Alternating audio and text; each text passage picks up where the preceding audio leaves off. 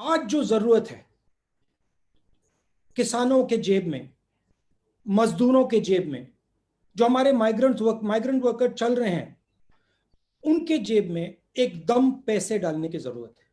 और मैं आज भी विनती करता हूं, सरकार से विनती करता हूं कि आप कर्ज जरूर दीजिए, मगर भारत माता को अपने बच्चों के लिए साहूकार का काम नहीं करना चाहिए। भारत माता को अपने बच्चों को एकदम पैसा देना चाहिए, क्योंकि आज उनको पैसे की जरूरत है। जो माइग्रेंट सड़क पे चल रहा है उसे कर्ज की जरूरत नहीं है, उसे जेब में पैसे की जरूरत है। जो किसान तड़प रहा है उसको कर्ज की जरूरत नहीं है, उसे पैसे की जरूरत है। और पैसे की कोई कमी नहीं है। जब मां अपने बेटे को पैसा देती है उसके दो कारण होते हैं। सबसे बड़ा कारण प्यार होता है कि मां बाप अपने बच्चों को प्यार करते हैं, और फिर दूसरा कारण होता है बच्चा माता और पिता का भविष्य भी होता है। ये जो लोग आज तड़प रहे हैं, ये जो लोग आज सड़क पे भूखे प्यासे चल रहे हैं, ये हिंदुस्तान के भविष्य हैं। और ये हमारे भाई हैं, ये हमारी बहनें हैं, ये हमारे माता पिता हैं।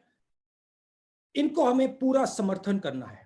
ऑपोजिशन की भी जिम्मेदारी बनती है, सरकार की भी जिम्मेदारी बनती है, हम सबको एक साथ काम करना है। मगर मैं विनती करता हूं कि आज जो हमारी जनता है, जो गरीब जनता है, उनको पैसे की जरूरत है। और नरेंद्र मोदी जी को मैं प्यार से बोल रहा हूं कि इस पैकेज को रिकंसिडर करना चाहिए। और इसमें डायरेक्ट ट्रांसफर की जो हमने बात की थी, सीधा का सीधा बैंक अकाउंट में पैसा डालने की जो बात की थी, 200 दिन की नरेगा की जो बात की थी, किसानों को डायरेक्ट पैसा देने की जो बात की थी, उसके बारे में नरेंद्र मोदी जी सोचें। क्योंकि ये जो लोग हैं ये हमारा भविष्य है। इन्हीं लोगों ने हिंदुस्तान को खड़ा किया है। कहा जा रहा है कि अगर हमने आज थोड़ा डेफिसिट बढ़ा दिया तो जो बाहर की एजेंसीज हैं वो हिंदुस्तान की रेटिंग डाउन कर देंगे और हमारा नुकसान होगा। और मैं प्रधानमंत्री जी से प्यार से कहना चाहता हूं कि हमारी जो रेटिंग है वो हिंदुस्तान बनाती है। हमारी जो रेटिंग है उसको हमारे किसान बनाते हैं, मजदूर बनाते हैं, छोटे बिजनेस वाले बनाते हैं, बिग बिजनेस वाले बनाते हैं। आज उनको हमारी जरूरत है, उनको पैसे की जरूरत है। रेटिंग के बारे में आज मत सोचिए, विदेश के बारे में आज मत सोचिए, आज हिंदुस्तान के बारे में सोचिए। और इनको एकदम आप पैसा दीजिए और फिर देखिए जैसे ही ये लोग काम करना शुरू करेंगे, रेटिंग बिल्कुल सही हो जाएगी, कोई प्रॉब्लम नहीं आएगी रेटिंग में। हमें हिंदुस्तान के दिल को देखकर डिसीजन लेना है, विदेश को देखकर डिसीजन नहीं लेना है। लॉकडाउन एक ऑन ऑफ स्विच नहीं है। लॉकडाउन को समझदारी और होशियारी से हमें लिफ्ट करना है, ध्यान से लिफ्ट करना है। ये एक इवेंट नहीं है, ये एक प्रोसेस है और इसको हमें ध्यान से, होशियारी से और समझदारी से लिफ्ट करना है। और सबसे जरूरी बात, जो हमारे वनरेबल लोग हैं, जो बुजुर्ग लोग हैं, जो हार्ट पेशेंट्स हैं, जो लंग डिजीज के पेशेंट्स हैं, जो हाइपरटेंशन के पेशेंट्स हैं, जो किडनी डिजीज के पेशेंट्स हैं, उनकी रक्षा हमें कर कर ये लॉकडाउन हटाना है। हिंदुस्तान के सामने बड़ा प्रॉब्लम है और इस प्रॉब्लम को हमें रिजॉल्व करना है। ये छोटा प्रॉब्लम नहीं है, ये बड़ा प्रॉब्लम है। जो लेबर की बात है ये बहुत चैलेंजिंग प्रॉब्लम है। तो मैं फिंगर पॉइंटिंग नहीं करना चाहता हूं, मैं बस ये कहना चाहता हूं कि ये जो लोग सड़कों पे चल रहे हैं इनकी मदद हम सबको करनी है। सिचुएशन ये है कि बीजेपी सरकार में है और उनके हाथ में सबसे बड़े औजार है, तो उनको उनकी ज्यादा जिम्मेदारी बनती है। हम ऑपोजिशन में, हमारा भी काम है, हमारा संगठन है, हमारा भी काम है, और जॉइंटली एक काम सबको करना पड़ेगा। स्टेट्स की कोऑर्डिनेशन में कोई कमी रह सकती है मगर उसको रिजॉल्व करना है। हम ये नहीं कह सकते कि हाँ भैया मध्य प्रदेश और इसके बीच में कोऑर्डिनेशन की कमी है। वो बात छोड़िए, रेजोल्यूशन की बात करते हैं, आगे बढ़ते हैं। और जो आंधी आने वाली है, क्योंकि आने वाली है, वो जो चैलेंज है उसको हम एक साथ मिलकर कन्फ्रंट करें।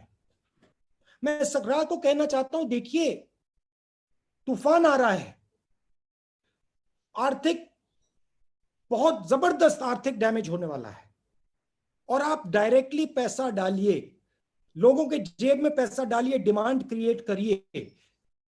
तो मैं दबाव डालने के लिए कर रहा हूं, और मैं जानता हूं कि अगर हम थोड़ा दबाव डालें और अच्छी तरह से समझाएं तो सरकार सुन भी सकती है। और मुझे लगता है, मुझे भरोसा है कि अगर सरकार के लोग विपक्ष की बात अच्छी तरह सुने, हमें इकोनॉमी को सैक्रिफाइस करना है, ना हमें अपने बुजुर्ग लोगों को सैक्रिफाइस करना है। यही तो प्लानिंग होती है, इसीलिए तो प्लानिंग की जाती है कि ये जो कॉम्प्रोमाइजेस होती हैं, ये सही कॉम्प्रोमाइज हम निकाल पाए। तो आइडिया होना चाहिए कि जो हमारे रिस्की लोग हैं, कमजोर लोग हैं, उनको पूरा प्रोटेक्ट करें और अर्थव्यवस्था को जल्दी से जल्दी शुरू करें। प्यार से दबाव डालना चाहता हूं, मैं सजेशन दे रहा हूं, मुझे भरोसा है कि सरकार इनको कंसिडर करेगी, क्योंकि जो मैं बोल रहा हूं वो सिर्फ एक व्यक्ति नहीं बोल रहा है, बहुत सारे लोगों से मैंने बात की है, मजदूरों से मैंने बात की है, इकोनॉमिस्ट से मैंने बात की है, कैप्टन्स ऑफ इंडस्ट्री से बात की है, छोटे बिजनेस वालों से बात की है। और जो मैं कह रहा हूं, डिमांड क्रिएशन की जो बात की, सीधा पैसा डालने, बैंक अकाउंट में पैसा डालने की बात की, ये सिर्फ मेरी सोच नहीं है, ये बहुत सारे लोगों की सोच है, और मैं उस सोच को आगे रख रहा हूं। और मुझे पूरा भरोसा है कि इस बात को नरेंद्र मोदी जी गंभीरता से लेंगे, इसको नरेंद्र मोदी जी करने की कोशिश करेंगे। क्रेडिट पैकेज है, इसमें पैसा नहीं है, पैसा डायरेक्टली नहीं दिया जा रहा है, और पूरा हिंदुस्तान जानता है कि आज इस इमरजेंसी में, इस मुश्किल में पैसा डायरेक्ट जाना चाहिए, बैंक अकाउंट में जाना चाहिए, किसान के हाथ में जाना चाहिए, मजदूरों के हाथ में जाना चाहिए, स्मॉल मीडियम बिजनेसेस के हाथ में जाना चाहिए, और वो नहीं हुआ है। कि मैं चाहता हूं कि सरकार इसको रिकंसिडर करे, क्योंकि इससे नुकसान होने वाला है। जहां तक फिंगर पॉइंटिंग बात है, किसने क्या किया, वो मैं नहीं करना चाहता। माइग्रेंट्स को सेफली पहुंचाना था, आज भी वो चल रहे हैं। मैंने सरकार को रेकमेंड किया है कि जल्दी से जल्दी इनकी मदद करके इनको होम स्टेट तक पहुंचाया जाए, और फिर इनको टेस्ट किया जाए, और इनको सेफली घर पहुंचाया जाए। तो लोकल वोकल जब ही होगा जब उसके पेट में भोजन होगा, तो इसलिए जल्दी से जल्दी उसको सपोर्ट देनी है। कोरोना के बाद, जैसे पहले किसी ने कहा कि कोरोना के बाद हम अपॉर्चुनिटी निकाल सकते हैं, मगर आज हमें कोरोना से लड़ना है। 2-3 प्रॉब्लम्स हैं, एक इकोनॉमी को उसका स्टार्ट करना है, डिमांड क्रिएट करना है।